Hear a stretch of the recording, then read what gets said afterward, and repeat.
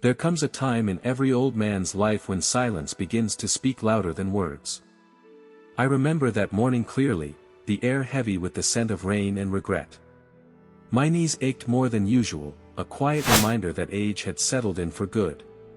But my heart felt light, almost boyish, because I was heading home, back to the place that held my entire story. I had been away for weeks, visiting an old friend in the countryside. The journey back was slow and peaceful, filled with the kind of thoughts only age can bring. I thought about my late wife, how she used to wait by the window whenever I went out, pretending to read a book, though her eyes were always on the road. I thought of my son, young, ambitious, and lost somewhere between love and duty. And I thought of the house, my old, creaking companion that had grown alongside me, holding laughter in its walls and tears in its corners. When I finally reached the familiar lane, everything looked the same but somehow felt different. The bougainvillea still climbed the gate, stubborn as ever. The garden, though slightly untended, still smelled of wet soil. But as I reached for the handle of the main door, something inside me hesitated. It wasn't just the stiffness of my fingers, it was something else. Something unseen. The key turned, but the lock didn't yield. I tried again, harder this time. The metal scraped, but it was no use. My old key, the same one I'd carried for decades, didn't fit anymore. For a moment, I simply stood there, staring at the door that had opened for me 1,000 times before.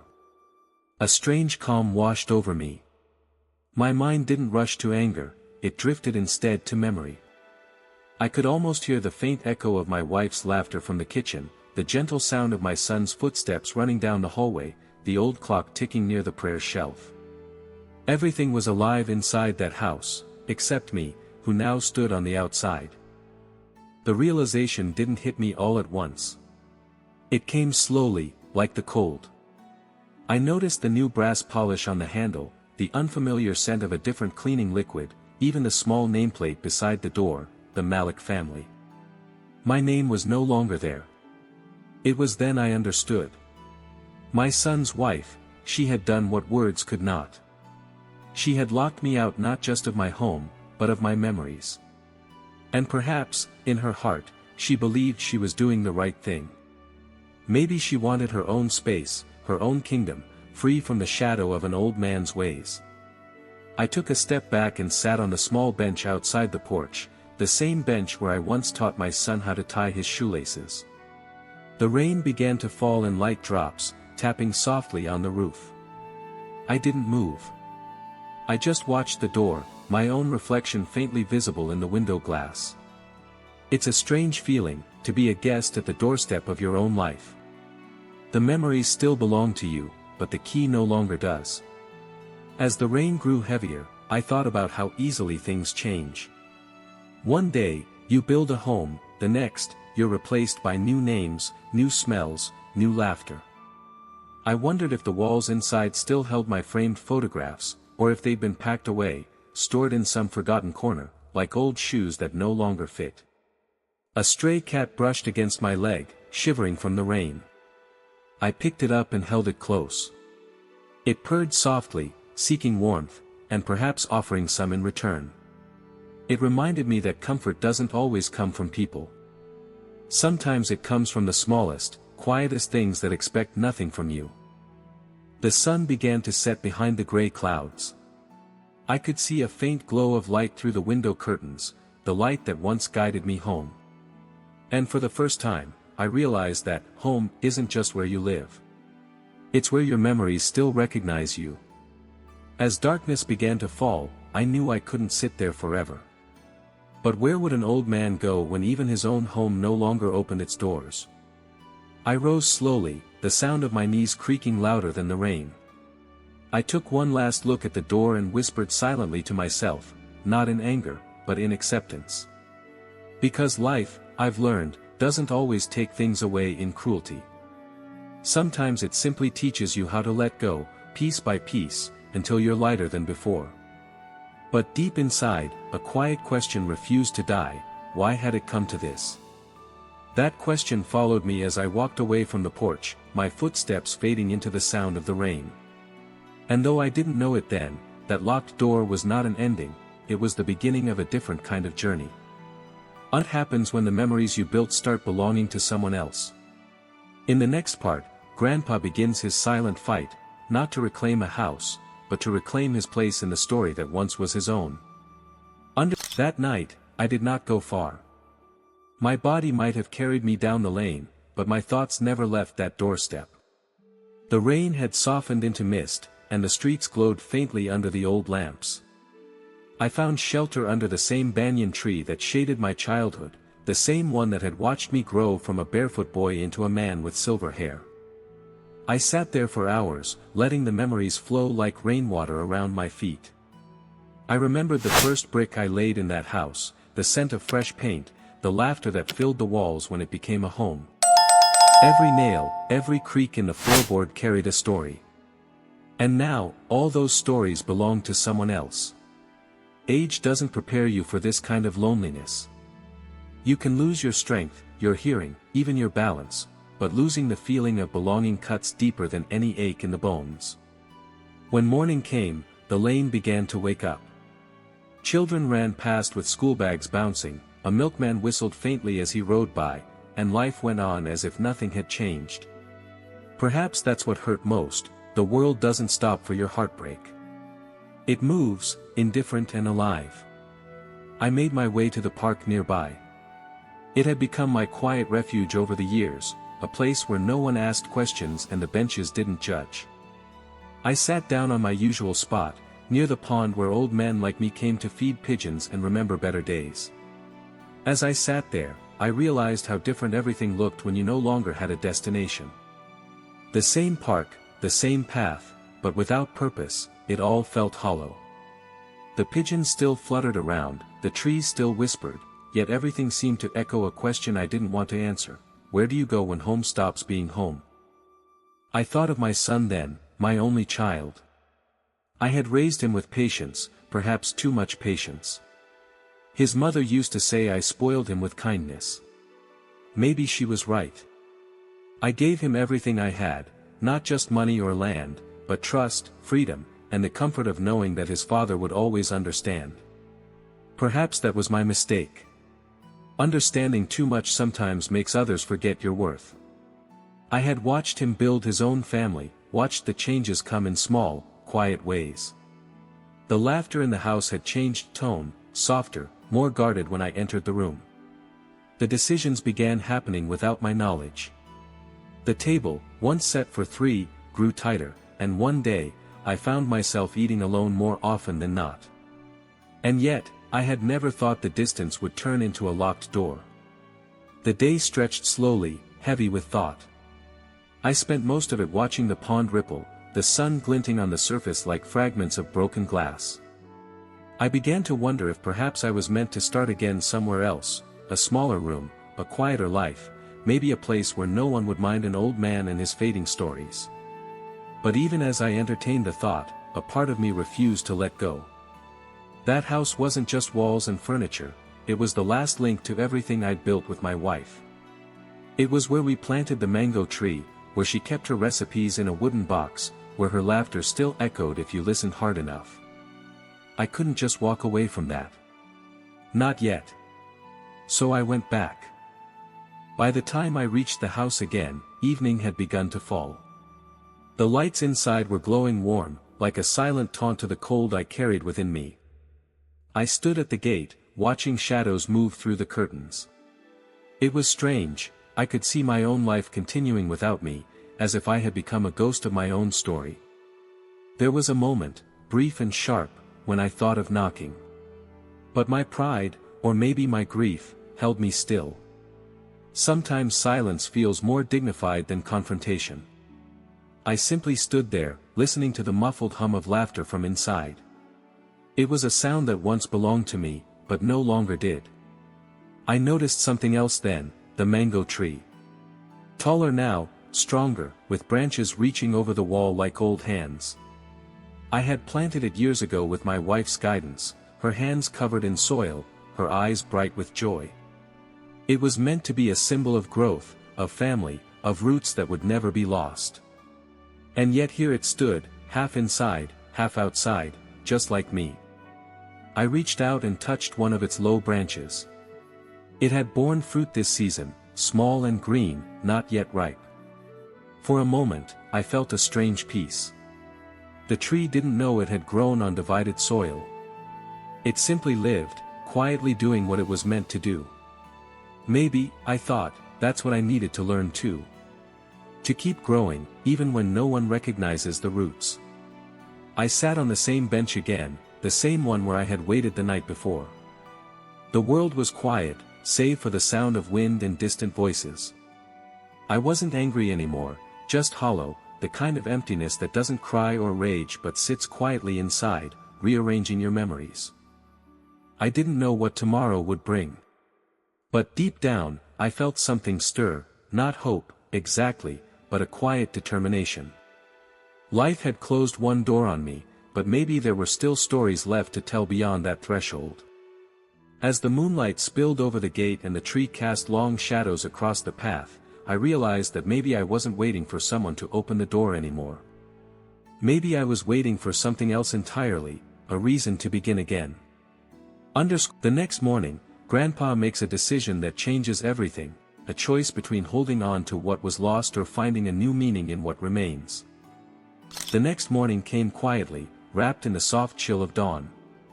I had barely slept, but my eyes were wide open when the first light touched the sky. It was strange, how, even after losing everything, the body still obeys its rhythm. The world wakes, and so must you. I sat on the bench for a long while, watching the mist drift above the lane. My breath hung in the air like faint smoke, and the ground glistened with dew. There was no plan, no clear idea of what I would do next. Yet, deep within me, a small ember of resolve had begun to glow, not born of anger, but of something quieter, older. In my life, I had learned that real strength doesn't shout. It waits. It endures. When you grow old, people often mistake your silence for surrender. But silence, when carried with patience, can be sharper than any blade. I decided that morning that I would not beg to be let back inside my own home. I had given that place too much of my soul to kneel before it now. No, I would stay near, close enough to remember, far enough to heal. There was an old caretaker's shed behind the park, once used to store tools and watering cans. Its door creaked and its roof sagged, but to me, it looked like a small promise. I cleaned the dust with slow, deliberate strokes, each sweep of my hand a quiet declaration that I was still capable of building something, no matter how small. By noon, I had arranged a corner for myself, an old mat, a lantern, a wooden crate that could serve as a table. I even found an abandoned kettle, and after some effort, coaxed it back to life over a small flame. The scent of boiling tea filled the air, familiar and comforting. For the first time in days, I felt a strange peace, the kind that doesn't come from having much, but from accepting what little you have with grace. From the shed, I could see my house across the park. It looked distant, yet within reach. I often sat outside in the evenings, watching the lights flicker on, listening to the faint sounds of life drifting through the trees. Sometimes I would see my son's car pull in. Sometimes, I'd notice curtains being drawn. But I never tried to approach. You see, pride is a heavy companion in old age. It doesn't leave easily. Yet it's not pride born of arrogance, it's the kind that protects the last piece of your dignity when everything else has been taken. Each day became a rhythm of small rituals. I swept the park path, watered the plants, fed the stray animals that wandered near the shed. Slowly, I became part of that place, almost invisible, yet quietly essential. People began to notice me, the joggers, the gardeners, even the schoolchildren who cut through the park. To them, I was just an old man who smiled gently and offered crumbs to the birds. They didn't know that, just beyond those trees, lay a home that once was mine. But every night, when the wind carried the faint echo of laughter from that direction, my heart would twist, not with bitterness, but with something softer. A longing that no amount of wisdom can fully silence. I often thought of my wife during those nights. She had always said that love doesn't vanish, it only changes its form. I began to understand that now. My love for my family hadn't died, it had simply become quieter, like a river running deep beneath the earth, unseen but still flowing. There were moments, though, when I wondered if my son ever thought of me. Did he know I was still nearby? Did guilt ever touch his heart, or had he convinced himself that I was better off gone? Those questions came and went like the evening breeze, never answered, never still. One afternoon, while sweeping near the fence, I noticed something curious. The mango tree in my yard had begun to drop a few fruits on my side, green, unripe ones, carried by the wind. I picked one up and held it in my hand. It felt warm from the sun, almost like a message from the past. I placed it gently on my crate table, like a relic. It was a simple thing, but in that moment, I felt as though the house was still speaking to me in small, secret ways. The world might have changed the locks, but not every door had been closed. Days turned into weeks. My beard grew whiter, my hands rougher, but my heart steadied. I realized that my fight was not against anyone. It was not to reclaim bricks or furniture. It was to protect something greater, the dignity of a man who refused to vanish quietly from the story he had built. Sometimes, at dusk, I would see neighborhood children gather near the park bench to hear my stories. They would sit cross-legged, listening as I spoke of times long gone, of love, loss, laughter, and patience. They didn't know that behind every story I told was a piece of my own life, hidden among the words. And perhaps that was how I began reclaiming myself, not by force, but by sharing what I had left, wisdom, warmth, and memory. The world had changed around me, but I was still here. The old man who once lost his home now had something no one could lock away, a heart full of stories, and the calm strength that comes from surviving what should have broken you. Yet one evening, as the sun sank low and shadows stretched long, I saw a figure at the gate of my house. My son stood there, still and uncertain, looking toward the park.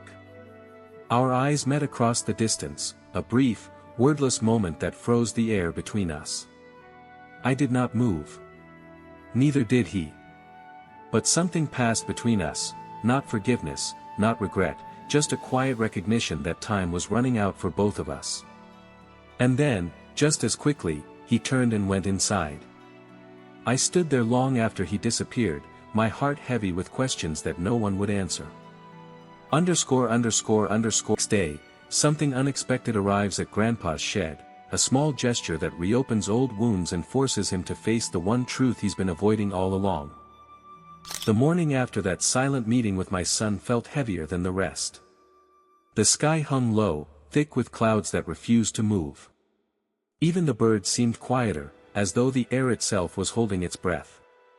I had learned to live with quiet, but that day's silence felt different, it carried something unseen, something waiting. I went about my usual routine. Swept the path, fed the pigeons, brewed my tea. The shed had become my small world, humble, but honest. There was peace in simplicity, in knowing that everything around you existed because of your own effort.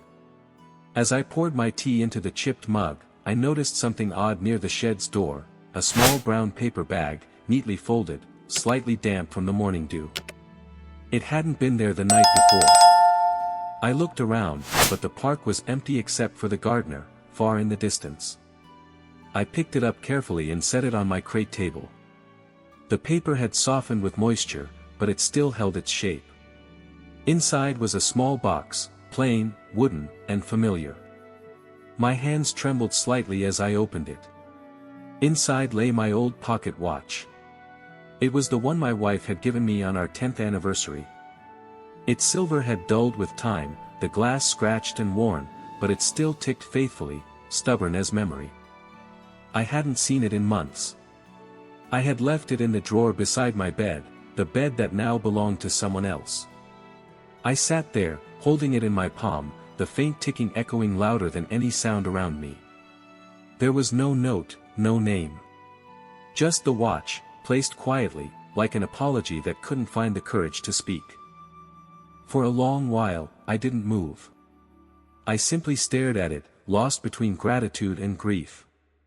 The watch wasn't just a thing, it was time itself, returned to me by hands that once took everything away. I thought of my son, of the look in his eyes the night before. Perhaps this was his way of saying what words could not.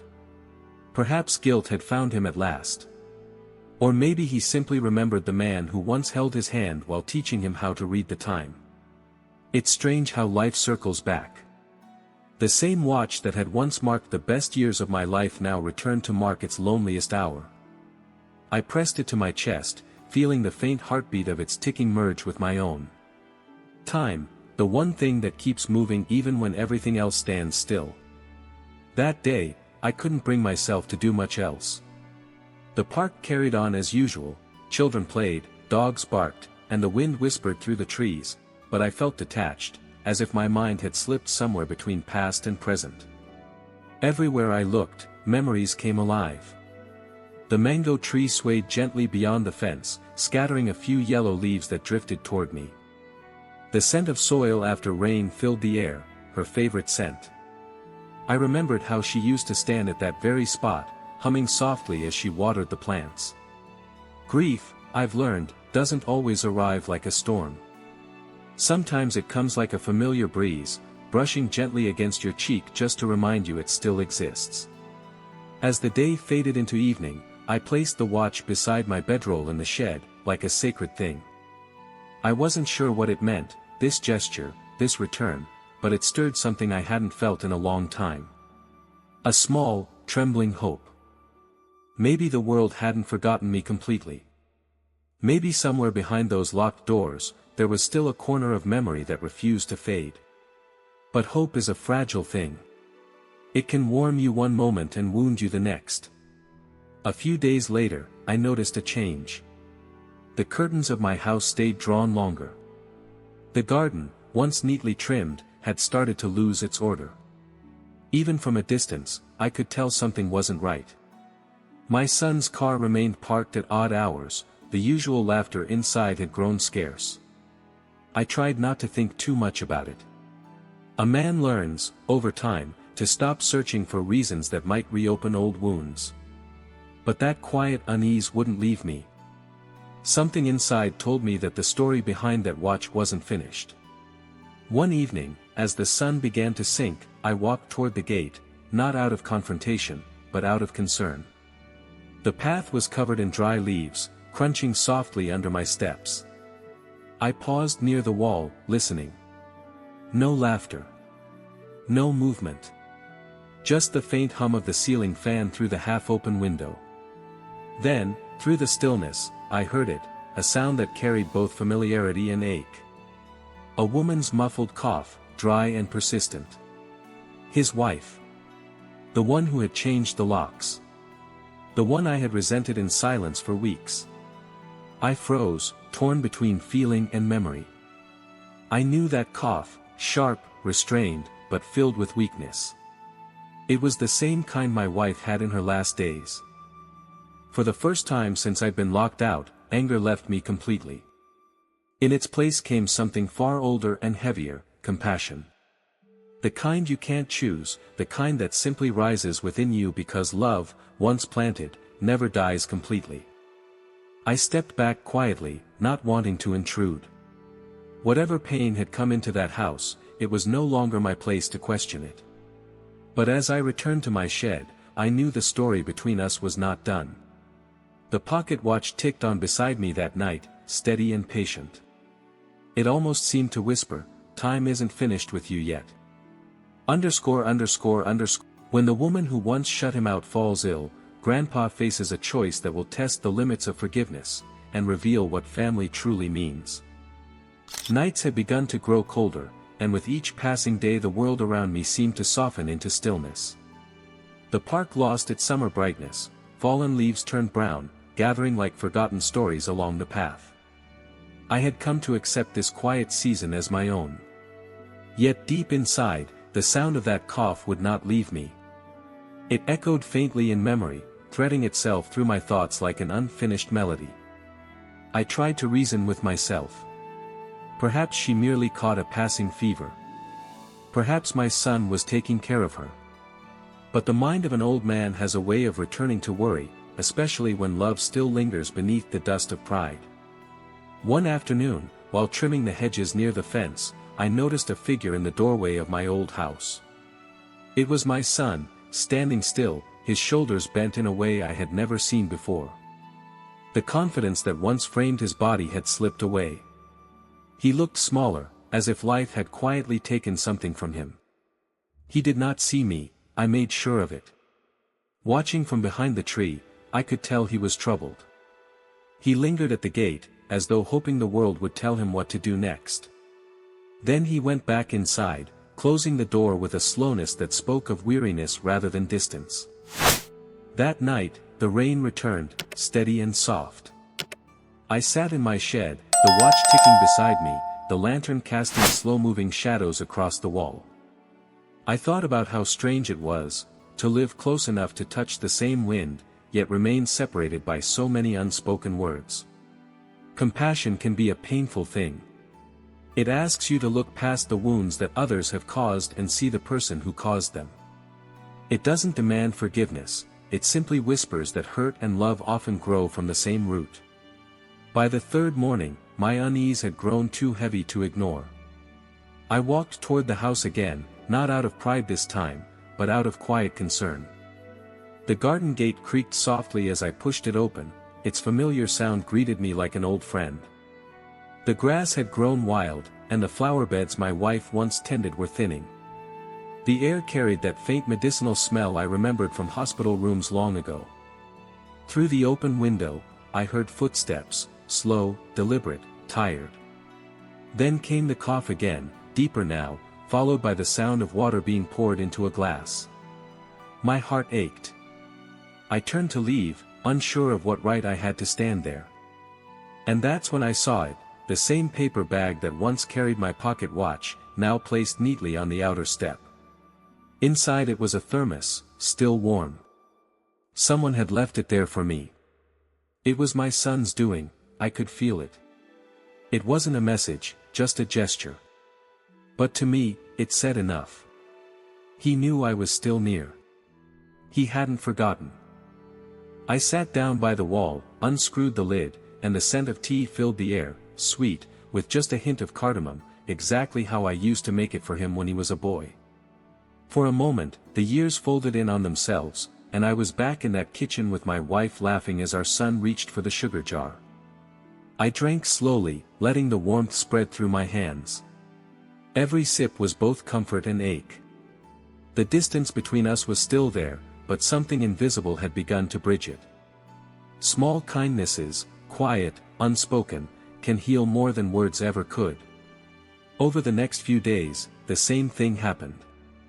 Each morning, I would find something waiting on the step, sometimes a small packet of food, sometimes just a folded napkin. There were no notes, no explanations.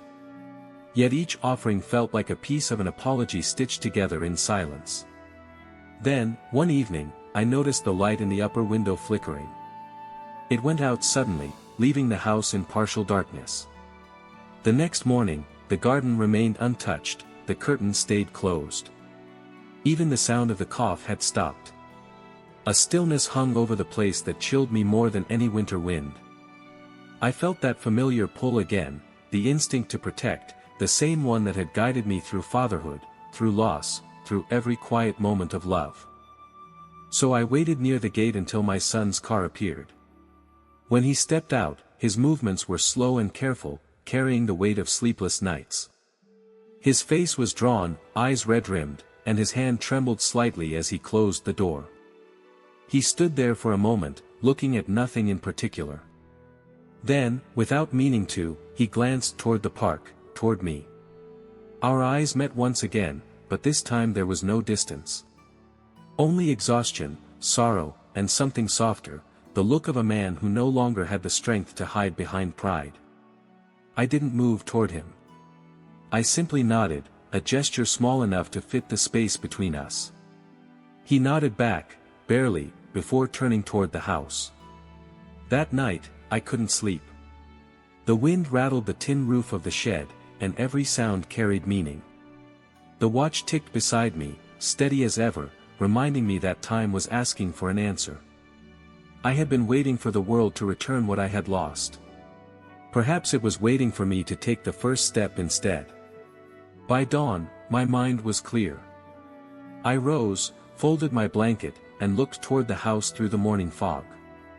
The door remained closed, but in my heart, I knew it was time, not to reclaim it, but to return something far greater, grace. I picked up the thermos my son had given me, cleaned it carefully, and filled it with warm tea. My hands shook slightly as I placed it on the same step where he had once left it for me. The cycle had turned, the gesture passed from one hand to another, binding us again in silence, not through words, but through care. I walked back to the shed, the first light of morning brushing the path in pale gold. And for the first time in months, I felt a quiet certainty: forgiveness, like dawn, does not rush. It simply arrives when the night has grown long enough.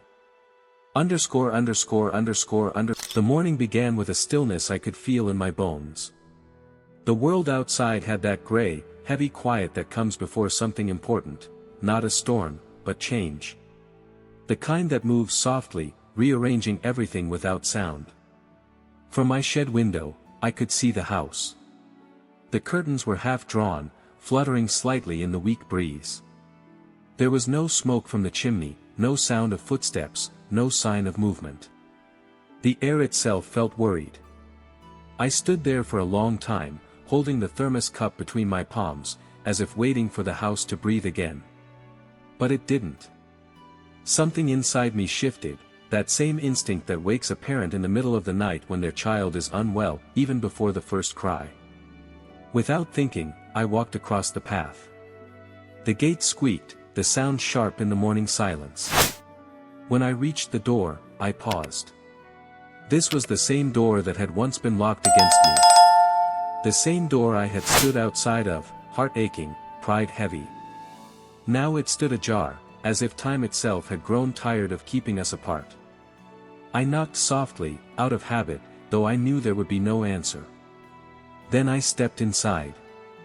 The air was warm but stale, heavy with the scent of medicine, tea, and something faintly floral, jasmine, perhaps, from the old potpourri my wife used to love. The house looked smaller than I remembered. The walls carried the ghosts of laughter, the corners still whispered with memories. And there, on the couch near the window, lay my daughter-in-law, pale, thin, and sleeping beneath a blanket that looked too heavy for her small frame. Her breathing was shallow, uneven, like the tide fading away. My son sat beside her, his head bowed, holding her hand as if afraid that letting go would break something fragile inside him. He didn't notice me at first. I stood quietly, letting the moment exist, letting the years between us shrink into that single breath. Then, slowly, he lifted his head. His eyes met mine, tired, swollen, and full of something I hadn't seen in years: humility. He tried to speak, but the words wouldn't come. His throat tightened, and all that escaped was a whisper. "Dad." It was such a small word. But after all this time, it was everything. I stepped closer, my voice low, steady: "I'm here." For a while, we said nothing more. The sound of the rain outside filled the silence, soft, almost rhythmic, like a lullaby from another life. Then I looked down at her. Even in her weakness, she looked peaceful. There was no anger in her expression, only exhaustion and the faint trace of regret. My son spoke again, voice trembling: "She wanted to talk to you, but she was scared. She thought you'd never forgive her." I knelt beside her, my old knees creaking under the weight of memory. I reached out, hesitating, then brushed her hand gently, a hand that once refused to open the door, now cold and trembling in mine. "She's family," I said softly. "We forgive family, even when they forget how to be family." A tear slipped down my son's cheek. He looked at me like a man seeing his home after years of wandering. I placed my hand on his shoulder, firm, forgiving. "You were just trying to protect her. I understand that now." The house seemed to breathe again. A quiet sigh of relief, as if the walls themselves had been waiting for this moment. Hours passed like minutes. We made tea together in the same old kitchen, the one that once echoed with my wife's laughter. The cups clinked softly, carrying the warmth of reconciliation. He told me everything, how the arguments began, how pride and fear grew into walls, how he regretted each moment he let anger win. And I listened, not as a judge, but as a father who knew too well what silence can cost. As the afternoon light dimmed, she woke briefly. Her eyes fluttered open, glassy but aware. When she saw me sitting there, her lips trembled into a faint smile. "I'm sorry," she whispered, voice thin as thread. I leaned closer. "Don't be. Just rest." Her hand tightened weakly around mine, and for a brief, fragile second, we weren't in a room filled with regret, we were back in the warmth of understanding. She drifted back to sleep. Later that evening, as the doctor left, my son and I stood at the door together. The same door that had once been a wall between us now stood open, letting in the cool evening air. He turned to me, voice breaking again, "Will you stay tonight?" I nodded. "For as long as I'm needed." We sat through the night in silence, the lamp casting soft shadows across the walls. The house no longer felt alien. It felt like it was remembering us, accepting us back, piece by piece. Near midnight, she stirred once more. Her eyes opened slightly, her voice faint. "Thank you for coming home," she said. And then, just like that, the night fell quiet again. _____. As dawn approaches, the house holds its breath, one life fading, another mending. In part 7, the morning brings both loss and something even deeper, a final promise that will rewrite the story of this home forever. The rain had stopped sometime before dawn, leaving the air heavy with the scent of wet soil and jasmine. It was the kind of morning that carries both peace and sorrow, as if the world itself can't decide whether to weep or breathe again. I sat in the chair beside her, the same chair I had kept vigil in through the long night. The lamp still burned dimly, its light soft against her face. She looked calm now, as if sleep had finally found her in a place far gentler than this one. My son was by the window, his eyes swollen and empty. There are no words for that kind of silence, the silence of a man who has just watched the world he built crumble into dust, and yet must keep breathing. When the doctor came, he didn't need to say much. One look was enough. It was over. The air seemed to pause. Time, that stubborn companion of mine, stood still for a heartbeat. And then, just as softly as it had paused, it moved on. I placed my hand over hers, still, cold, fragile, and whispered a prayer. Not of goodbye, but of peace. Because goodbyes feel too final, and I've learned that love doesn't end when the heartbeat does. It simply changes shape. My son sank to his knees beside me, tears falling freely now. And for the first time in years, I held him. Not as a father scolding, not as a man burdened by pride, but as the boy I once carried when storms frightened him. We stayed that way for a long time. No words. Just the sound of rain dripping from the roof, and the faint ticking of my old pocket watch, steady, faithful, unchanged. Later, as the sun began to rise, I stepped outside. The world was washed clean. The trees shimmered under the light, and the house, that house that once rejected me, glowed softly in the pale morning. It didn't feel like a stranger anymore. It felt like it had come home too. Inside, we prepared her for her final journey. My son moved slowly, reverently, handling each detail with care. I saw something in him that day I hadn't seen in a long time, gentleness. The kind his mother had. The kind I had feared was lost. After the prayers, people came, neighbors, relatives, even those who once stayed away out of gossip or fear. The house filled again with footsteps, whispers, and the faint hum of life continuing, as it always does. Through it all, I stayed quiet, my thoughts somewhere far between memory and gratitude. When everyone had gone and the sun began to set, my son and I sat together on the porch. The same porch where I had once taught him how to whistle, where his mother had watched us with a smile. He spoke first. "I never meant to hurt you, Dad. I thought I was protecting my family. But in doing that, I broke it." I looked at him, my voice steady. "We all make mistakes trying to protect what we love. What matters is finding our way back." He nodded slowly, eyes glistening in the fading light. "I don't deserve your forgiveness." I smiled faintly. "Son, forgiveness isn't something you deserve. It's something you give. It's how we begin again." He looked down, his shoulders trembling. Then, after a long silence, he reached into his pocket and pulled out the same old watch. The one that had found its way back to me weeks ago. He held it carefully, as if it were sacred. "This was supposed to be yours," he said. "I thought giving it back would be enough to fix things. But now I know, it was never about the watch." I took it from him and closed his fingers around it again. "No," I said softly. "It's about time. And we still have some left." The sun dipped below the horizon, and for a brief, golden moment, light spilled through the trees, wrapping the porch in warmth. The same warmth my wife used to bring into every room she entered.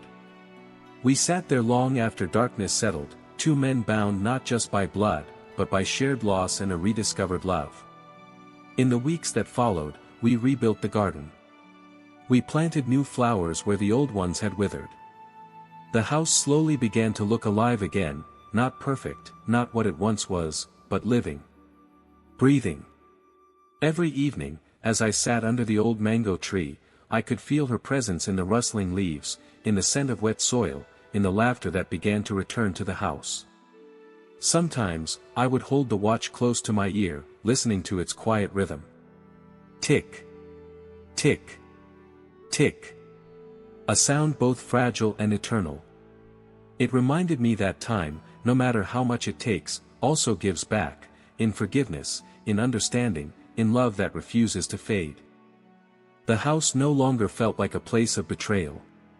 It had become something else entirely, a reminder that even broken hearts can find their way home. Now, as I sit on this porch years later, watching the sunset with the same quiet awe I once did as a young man, I realize something simple but profound. Homes aren't built by walls or doors. They're built by forgiveness, by the courage to open hearts even when they've been shut before. I still wear that old watch. It doesn't just tell time anymore. It tells a story. Our story. Every lock can be changed, every wall rebuilt, but love, once planted, always finds its way back home.